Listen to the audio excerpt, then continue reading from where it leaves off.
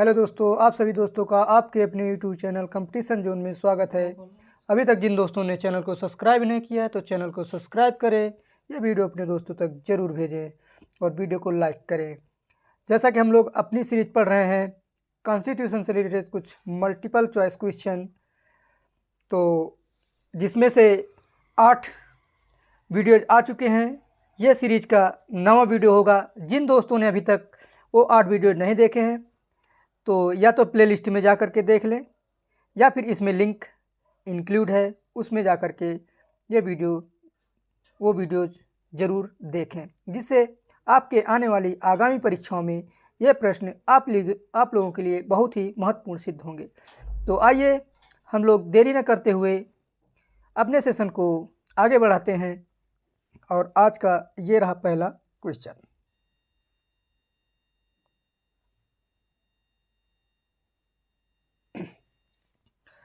संविधान के किस अनुच्छेद में दिया गया है मत बराबर होने की दशा में लोकसभा के अध्यक्ष मत निर्णायक होगा और वह उसका प्रयोग करेगा? तो इसका ऑप्शन ए अनुच्छेद 99, ऑप्शन बी अनुच्छेद 102, ऑप्शन सी अनुच्छेद 100, ऑप्शन डी अनुच्छेद 89। तो इसका सही जवाब क्या होगा? इसका सही जवाब होगा ऑप्शन सी अनुच्छेद 100। किसमें दिया गया है? अनुच्छेद 100 में। तो इसका सही जवाब क्या होगा? Option C. हम लोग थोड़ा इसका एक्सप्लेनेशन भी देख लेते हैं, इसके विषय में कुछ एडिशनल जानकारी होगी तो उसको नीचे देखते हैं। देखो, अनुच्छेद 100 के तहत लोकसभा का अध्यक्ष अपने कास्टिंग वोट का प्रयोग तब कर सकता है जब किसी संदर्भ में हुए मतदान सत्ता पक्ष एवं विपक्ष दोनों में बराबर हो। मतलब जैसे चुनाव हुआ है कोई, उसमें वोट पड़े हों, जितने वोट पड़े हों, यदि दोनों के वोट बराबर होते हैं तो उसमें लोकसभा का अध्यक्ष जिस पार्टी को वोट दे देगा वो पार्टी विजयी घोषित हो जाएगी। तो ये रहा पहला क्वेश्चन। अब हम लोग बढ़ते हैं अपने नेक्स्ट क्वेश्चन की ओर। ये रहा आज का दूसरा क्वेश्चन। लोकसभा की प्रथम महिला अध्यक्ष कौन थी? तो लोकसभा की प्रथम महिला अध्यक्ष कौन सी, ये बताना है। Option A Vijaya Lakshmi Pandit, option B Sucheta Kripalani, option C Tapeshwari Sinha या ऑप्शन डी मीरा कुमारी। तो इसका सही जवाब क्या होगा? ऑप्शन डी मीरा कुमारी। ये किस नंबर की लोकसभा अध्यक्ष थी? तो ये 15वीं नंबर की लोकसभा अध्यक्ष थी। ठीक है, लोकसभा स्पीकर थी। ठीक है, अब हम लोग बढ़ते हैं अपने नेक्स्ट क्वेश्चन की ओर।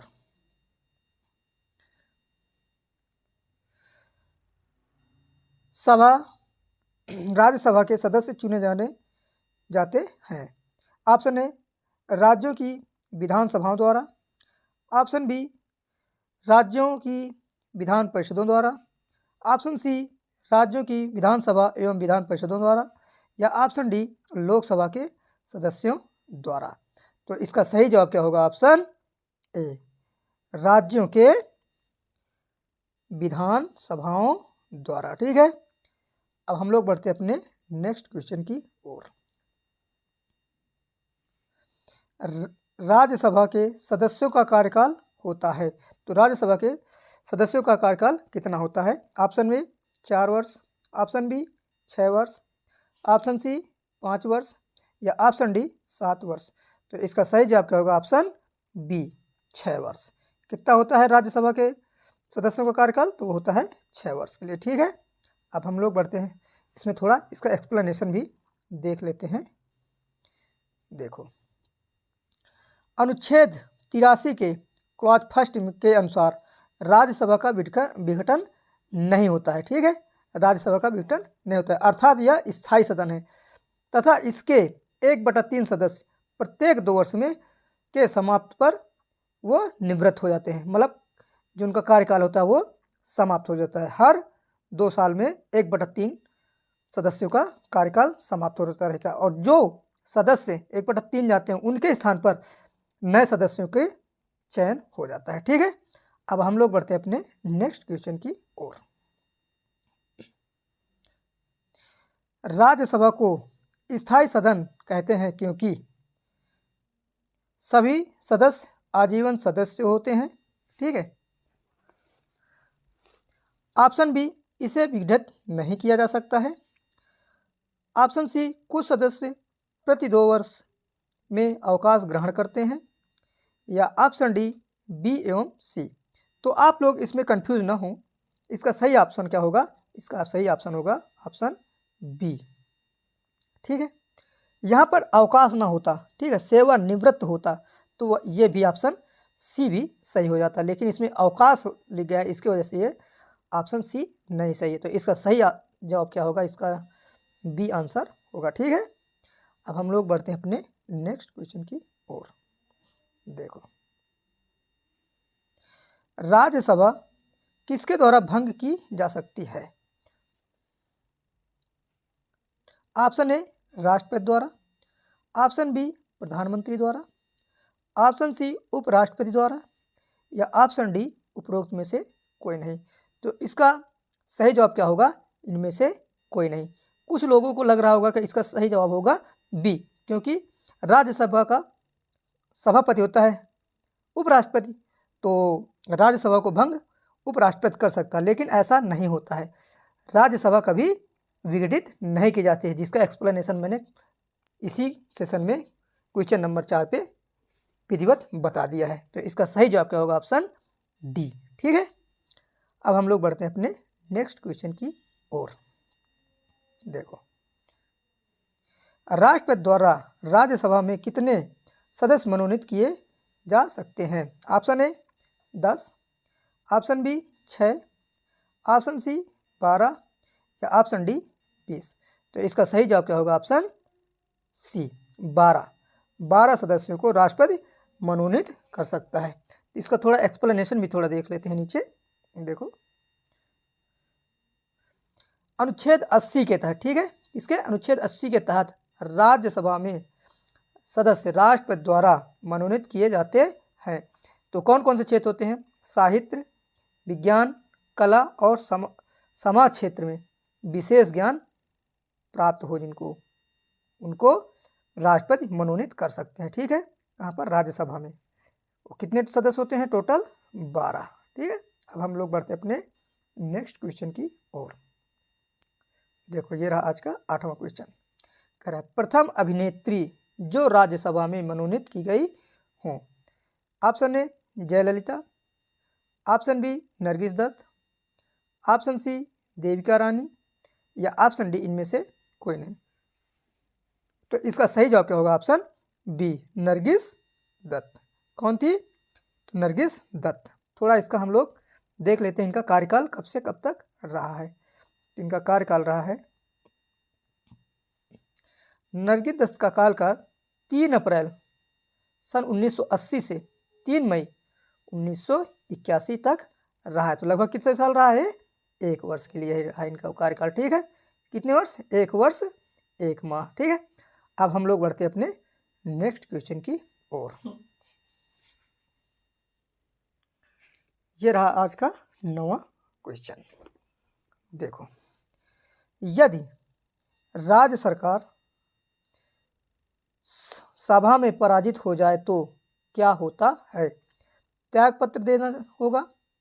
ऑप्शन बी, संसद भंग हो जाती है। ऑप्शन सी, राष्ट्रपति शासन लागू हो जाता है। या ऑप्शन डी, कोई प्रभाव नहीं पड़ता है। तो इसका सही जवाब क्या होगा? ऑप्शन डी, इस पर कोई प्रभाव नहीं पड़ता है। ठीक है। थोड़ा इसका हम लोग एक्सप्लेनेशन नीचे देख लेते हैं, क्यों प्रभाव नहीं पड़ता है। देखो, राज्यसभा से कोई प्रभाव नहीं पड़ेगा, क्योंकि जो सरकार है लोकसभा के प्रति उत्तरदायी होती है, इसलिए राज्यसभा का उसमें कोई प्रभाव नहीं पड़ेगा। अब हम लोग बढ़ते अपने आज के नेक्स्ट क्वेश्चन की ओर। देखो, किस सभा का अध्यक्ष उसका सदस्य नहीं होता है? Option A, Rajya Sabha. Option B, Lok Sabha. Option C, Vidhan Parishad. या ऑप्शन डी, विधानसभा। तो इसका सही जवाब क्या होगा? Option A, Rajya Sabha. ठीक है। इसका सही जवाब क्या होगा? Option A, Rajya Sabha. अब हम लोग बढ़ते हैं अपने नेक्स्ट क्वेश्चन की ओर। राज्यसभा में कितने सदस्य होते हैं? Option A 229, option B 245, option C 210, option D 250। ठीक है, तो इसका सही जवाब क्या होगा? Option D 250। कितने सदस्य होते हैं? तो 250 होते हैं। जिनमें से देखो, जिनमें से 250 में से 238 सदस्य जो होते हैं राज्य एवं संघी मतलब केंद्र शासित राज्यों से आएंगे। ठीक है, 250 होंगे एवं 12 सदस्य राष्ट्रपति द्वारा मनोनीत किए जाते हैं, जो किस किस क्षेत्र में होते हैं? कला, साहित्य, ठीक है, विज्ञान एवं समाज के क्षेत्र में उत्कृष्ट कार्य करने वाले लोगों को मनोनीत कर सकते हैं राष्ट्रपति। ठीक है, कितने लोगों को? 12 लोगों को। तो टोटल कितने हो गए? 250 लोग। कहाँ से आते हैं? राज्यसभा से। और तो सबसे ज़्यादा राज्यसभा की सीटें किस राज्य में है? इसका जवाब आप लोगों को कमेंट में करके बताना है। ठीक है, अब हम लोग बढ़ते हैं अपने नेक्स्ट क्वेश्चन की ओर। ठीक है, ये रहा आज का नेक्स्ट क्वेश्चन। देखो, ये कोट मिलान वाला क्वेश्चन, थोड़ा सा इसको ध्यान से समझना होगा आप लोगों को। कथन ए, अनुच्छेद 368 के अंतर्गत संसद संविधान के किसी भी भाग में संशोधन कर सकती है। ठीक है, कारण, ये कथन हो गया। और कारण क्या कह रहा है? संसद भारत की जनता द्वारा निर्वाचित उच्चतम विधायी संस्था है। अब देखो, इसके हम लोग ऑप्शन देख लेते हैं। क्या है ऑप्शन इसके?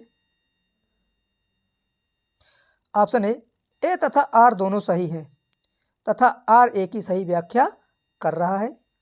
ऑप्शन बी, ए तथा आर दोनों सही हैं, आर ए की सही व्याख्या नहीं कर रहा है। Option B. ऑप्शन सी कह रहा है ए सही है परंतु आर गलत है। या ऑप्शन डी, दोनों गलत है। देखो, इसको थोड़ा सा हम लोग समझ लेते हैं क्या होता है।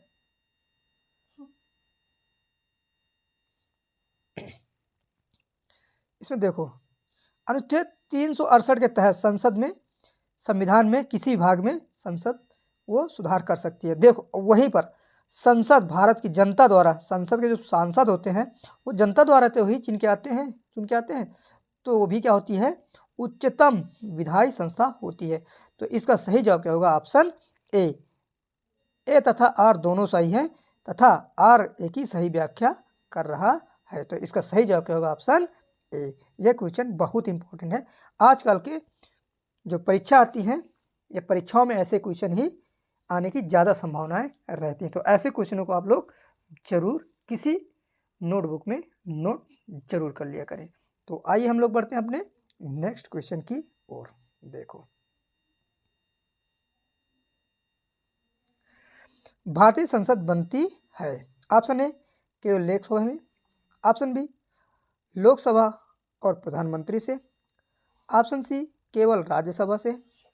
या ऑप्शन डी, लोकसभा, राज्यसभा एवं राष्ट्रपति से मिलकर। तो इसका सही जवाब क्या होगा? Option D. इसका सही जवाब क्या होगा? ऑप्शन डी, लोकसभा, राज्यसभा एवं राष्ट्रपति से मिलकर क्या बनती है?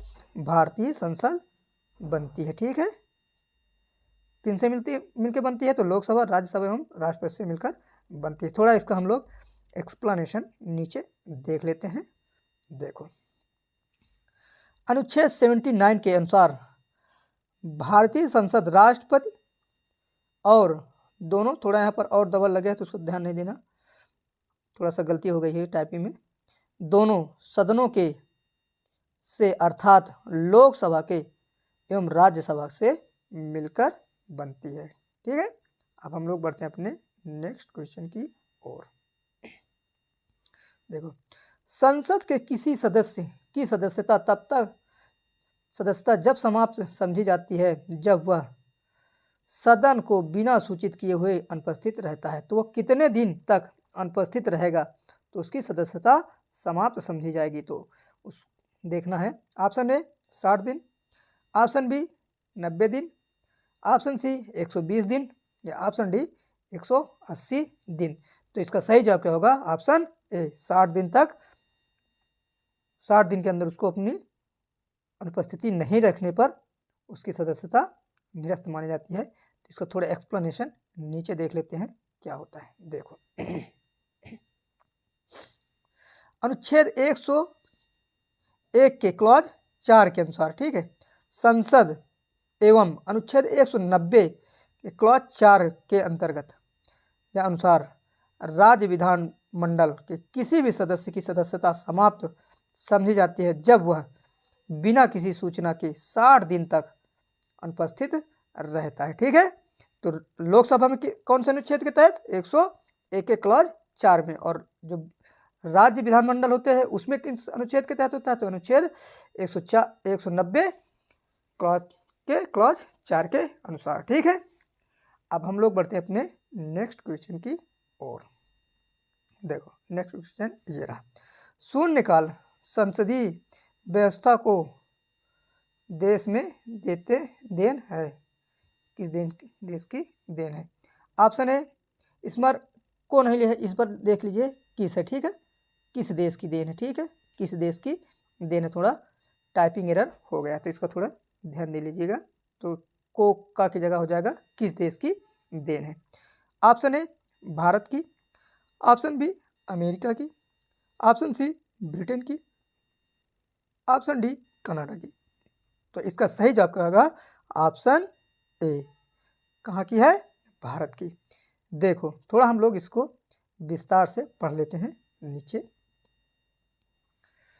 प्रश्नकाल, सभा पटल पर पत्र रखे जाने के तत्काल पश्चात तथा किसी सूचीबद्ध कार्य को शुरू करने से पहले का लोकप्रिय नाम है, क्योंकि यह मध्याह्न 12 बजे से शुरू होता है और इसे शून्यकाल कहा जाता है। तो ये रहा इस क्वेश्चन का एक्सप्लेनेशन। अब हम लोग बढ़ते हैं अपने नेक्स्ट क्वेश्चन की ओर। ये रहा आज का 16वां क्वेश्चन। देखो, लोकसभा में शून्यकाल की अवधि अधिक से अधिक कितनी हो सकती है? Option A 30 minute, option B 1 घंटा, ऑप्शन सी 2 घंटे या ऑप्शन डी अनिश्चित काल। तो इसका सही जवाब क्या होगा? ऑप्शन बी 1 घंटा। कितने बजे से? मध्याह्न कितने? 12 बजे से लेकर के 1 बजे तक रहती है। कितने? 12 बजे से 1 बजे तक रहती है। ठीक है, अब हम लोग बढ़ते हैं अपने नेक्स्ट क्वेश्चन की ओर। देखते हैं अपना नेक्स्ट क्वेश्चन। देखो, राजनीति शब्दावली में शून्यकाल का अर्थ है। ऑप्शन ए वह दिन जब संसद में कोई कार्य नहीं होता है, ऑप्शन बी निलंबित प्रस्ताव को, ऑप्शन सी स्थगन काल को या ऑप्शन डी प्रश्नोत्तर काल को। तो इसका सही जवाब क्या होगा? ऑप्शन डी प्रश्नोत्तर काल को। किस नाम से और जाने जाते हैं? तो शून्यकाल के नाम से जानते हैं। ठीक है, प्रश्नोत्तर काल को ही शून्यकाल के नाम से जानते हैं। अब ये रहा अपना नेक्स्ट क्वेश्चन। धन विधेयक का हा पूर्व स्थापित किया जाता है। ठीक है, कहाँ पर?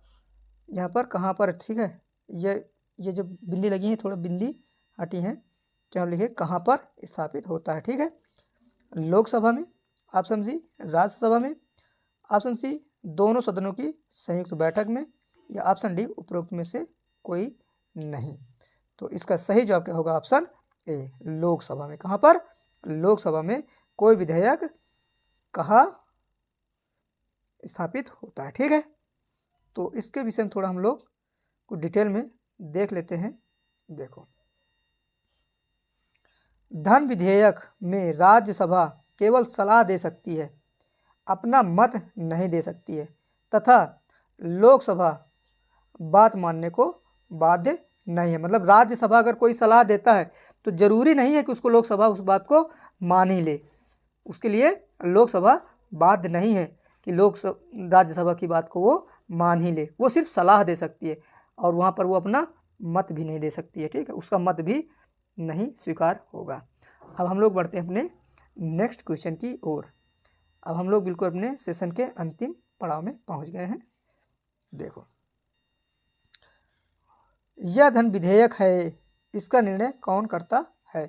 ऑप्शन ए राष्ट्रपति, ऑप्शन बी प्रधानमंत्री, ऑप्शन सी लोकसभा अध्यक्ष या ऑप्शन डी मंत्री परिषद। तो इसका सही जवाब क्या होगा? ऑप्शन सी लोकसभा अध्यक्ष। ठीक है, ये रहा आज का अंतिम क्वेश्चन। ठीक है, व्यय का अनुमान किस रूप में संसद के समक्ष रखा जाता है? ऑप्शन ए तदर्थ विधि, ऑप्शन बी अतिरिक्त अनुदान विधि, ऑप्शन सी अनुपूरक अनुदान विधि या ऑप्शन डी अनुदान का अनुरोध। तो इसका सही जवाब क्या होगा? ऑप्शन डी अनुदान का अनुरोध। थोड़ा एक्सप्लेनेशन इसका देखते हैं। नीचे देखो, अनुच्छेद 132 की क्लास सेकंड के अनुसार व्यय का अनुमान भारतीय संसद के समक्ष अर्थात लोकसभा के समक्ष अनुदान के मांगों के रूप में रखा जाएगा। ठीक है, किसके रूप में रखा जाएगा? मांगों के रूप में रखे जाएंगे। तो ये रहा आज का सेशन। अगर आप लोगों को ये सेशन अच्छा लगा हो तो ये वीडियो अपने दोस्तों तक जरूर शेयर करें और चैनल में बने रहने के लिए बहुत बहुत धन्यवाद। जिन दोस्तों ने चैनल को अभी तक सब्सक्राइब नहीं किया है तो चैनल को सब्सक्राइब करें। तो यह सीरीज़ का अगला वीडियो कल आएगा। तो जब तक के लिए आप लोगों को थैंक यू। जय हिंद, जय भारत,